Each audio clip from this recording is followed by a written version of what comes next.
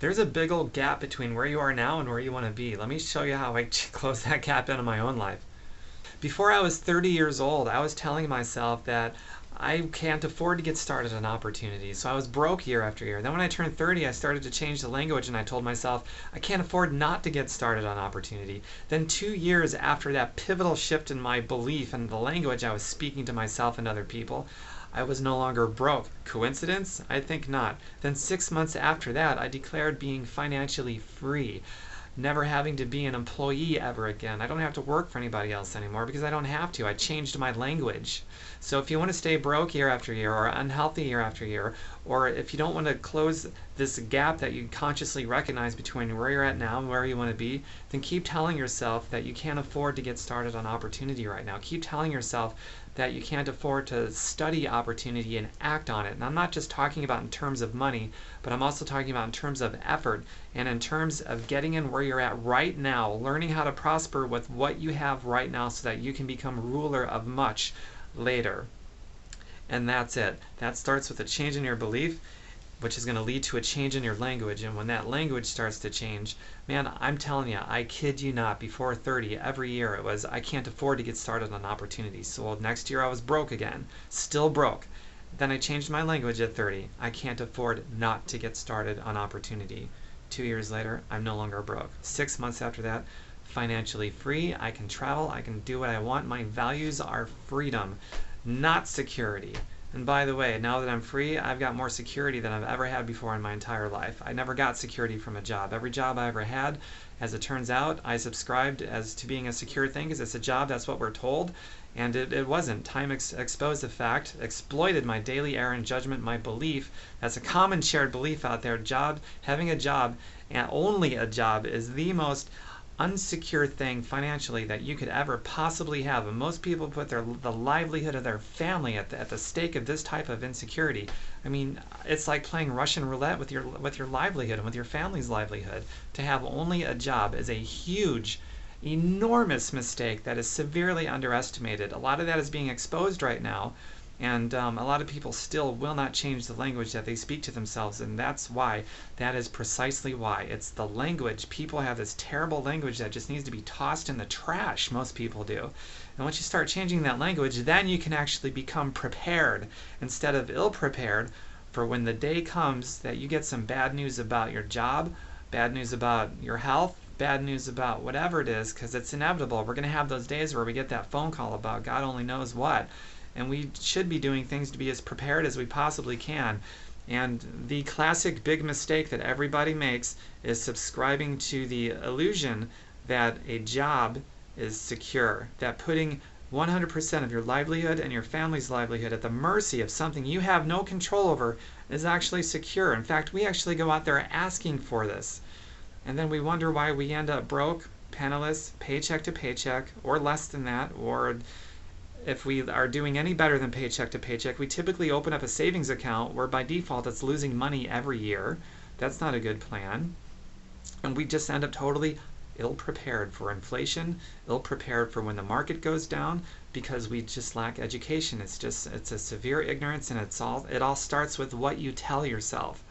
And if you don't know what to do yet and you don't have the opportunity, then you need to promise to yourself that you're going to search relentlessly, go after the knowledge so that you can make those key discoveries that you need to make, so that you can make the changes that you need to make, you can fill the voids, fix whatever that you need to fix, and you can be prepared. Even if everything is peachy keen at the moment right now, it ain't going to stay that way. I don't care what silly thing you're subscribing to in your mind, but nothing ever stays perfect if something is perfect.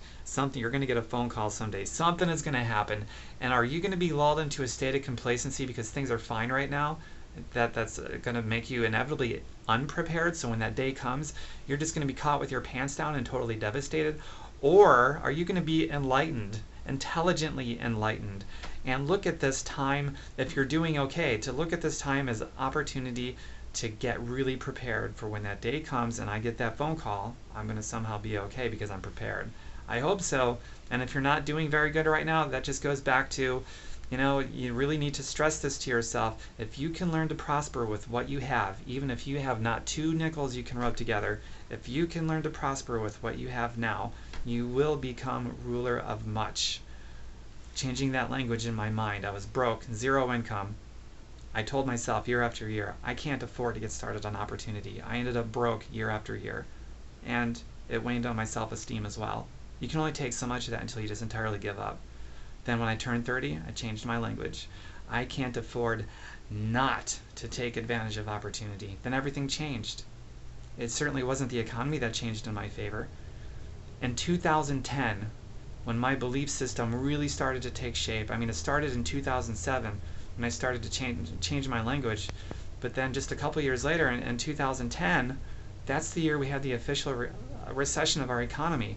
Most people lost their asses out that year and continue to do so today. 2010, while everybody was losing, my income blew up by over 700%. So if you think I'm where I'm at because the economy somehow turned in my favor or the job market or whatever, no. It's me that changed. My language, I went from I can't afford it to I can't afford not to. And those of you that don't get it, welcome to your permanent house guest, poverty. Unless you change the language first. And those of you that get it, or those of you that don't get it yet but will get it tomorrow, you can get out of whatever poverty that you're living in, whether it be mental poverty, financial, physical, health, spiritual poverty, whatever it is.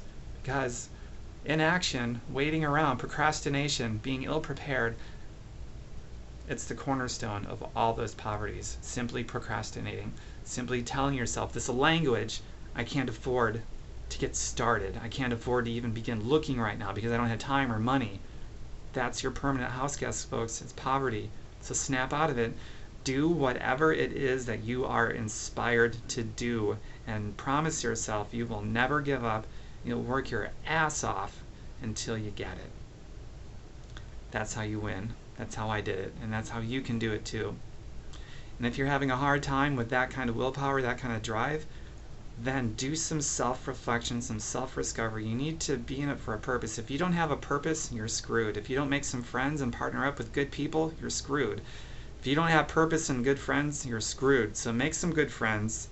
Get a deep purpose that's going to drive you to do whatever it is that you need to do so you are doing what you're inspired to do and you're successful. That's how you have a really happy life. Those who are willing to dream big dreams and ready to pay that price to make those dreams come true, those are the truly happy people of the world. Not the ones that dream but aren't willing to pay the price, but those that are. And they usually are because they've got some very intense emotional reason why, a purpose behind it. So you need to get that if you're not already involved in your own life and relentlessly at least searching for those key discoveries that you need to make. If you're not at least doing that, then you need to find a purpose. That's step number one right there. And change the language in your mind. Good grief. You won't even get started with step number one if you don't change that horrible, horrible head trash about why you can't have what you want. The story that you believe about yourself, the BS story you believe about yourself about why you can't get what you want. If you continue subscribing to that, you're screwed. So just chuck it in the trash and realize that other people in the same economy as you, the same political winds and all that stuff, people of the same species, the same country, who started out much worse than you, have done it, which means you can do it too. Do what inspires you, Beachbody or otherwise. My vehicle of choice is Beachbody. If you'd like to learn more about Beachbody, if that inspires you, let me know. I'll work this thing with you.